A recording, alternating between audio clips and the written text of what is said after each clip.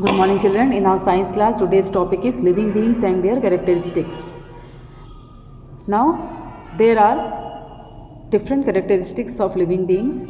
Here are the following characteristics of the living beings. First is living things need food.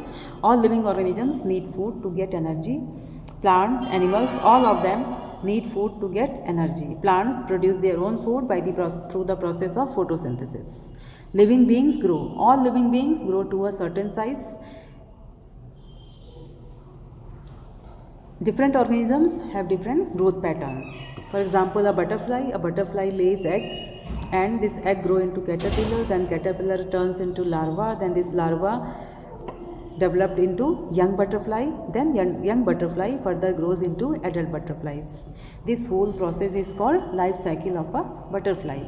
Living beings respire. All living beings breathe air. They have different organs to breathe. Some animals breathe through gills, nose, skin, blowholes, etc. They take in oxygen from air, which helps the body to break down the food particles to release energy. This process is called respiration. In plants also, exchange of gases takes place in leaf. They take in oxygen and give out carbon dioxide during respiration.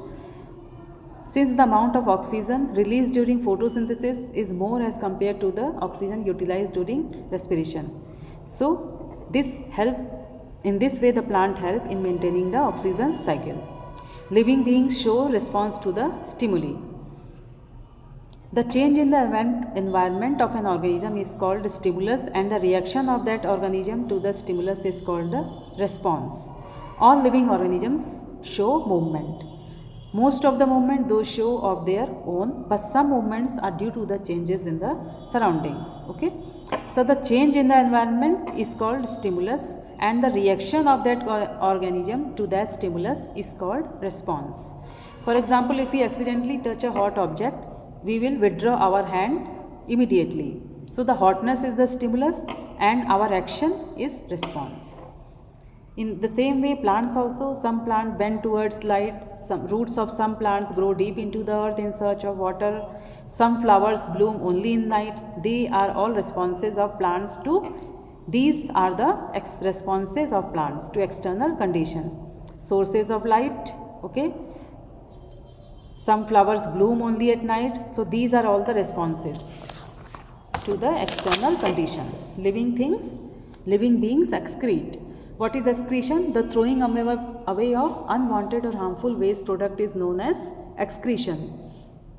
Living beings absorb all the nutrients from food, and the portion of the food which is left after absorption of the nutrient is called waste, and that has to be thrown away, so they excrete it in the form of feces, urine, carbon dioxide. Plants also remove the unwanted material from the body. They shed their dry leaves. The outer covering of the stem on drying is removed as bark. Plants give out water vapor in the form of transpiration. Okay. In the form of photosynthesis, oxygen is also produced, which is released into the atmosphere. Some wastes are removed at secretions, and some waste they store in them in such a way that they do not do any harm to them. Okay. In plants, for example, a rubber plant produces sap called latex in its stem. It is removed as secretion. Living beings reproduce. All the living organisms produce their own kind, and in this way there is the continuity of one kind of plant or animal is maintained. Some animals lay eggs, some animals give birth to their young ones. Plants also reproduce. They reproduce by many methods. Some produce seeds which grow into a plant. Some plants grow from other plants.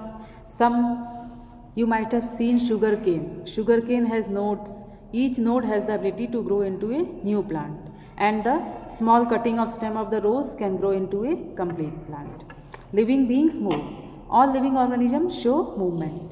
This movement may be from one place to another or movement of the part of their body. Internal movement is also there, like transport of water, minerals and food is also takes place inside the plant. Now, living beings die. After completing their life cycle, all living things die. The lifespan of the living things or organisms may vary from a few seconds to hundreds of years, but at the time their life cycle ends. Since all the living beings reproduce, so their type of organisms survive even though the individual may die, because they reproduce, therefore there is the continuity. Okay, there are many non-living things in this world which show a few of the characteristics of living beings, but we will call them alive only if that shows all the characteristics of living beings. Now children, this your chapter is complete. This much for today's class. Till then, stay safe, stay at home, keep on learning. Thank you children.